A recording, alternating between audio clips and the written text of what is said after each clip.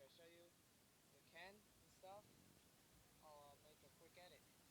Alright, so here's the stuff that comes with it. It comes with candy. Feel that? I got some stickers. Namco. And here's the can.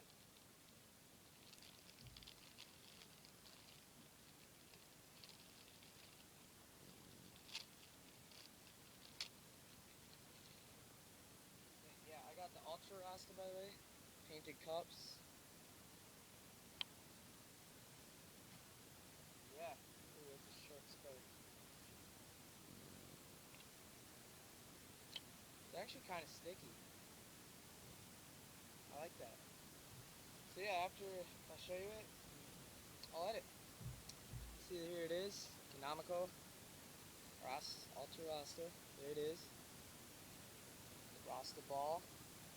I like it. It looks sick. So yeah, making edit. I'll show you.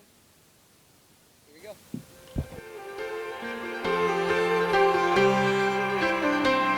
When she was just a girl, she expected the world, but it flew away from her reach, and the bullets catching her teeth. Life goes on, it gets so heavy, the wheel breaks the butterfly. Every tear a waterfall. In the night, the stormy night, she closed her eyes. In the night, the stormy night, away she flies. A dream of paradise, paradise,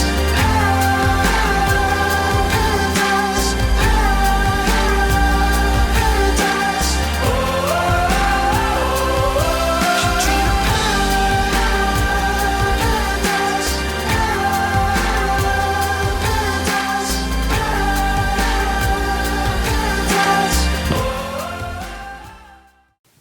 Just before I go, I was going to share some pros and cons about the Shenzhu Ultra Rasta. What I like best and what I didn't like about it. First off, what I didn't like about this can is as you can see, right along the gear, it started chipping already. About probably within an hour's use of this.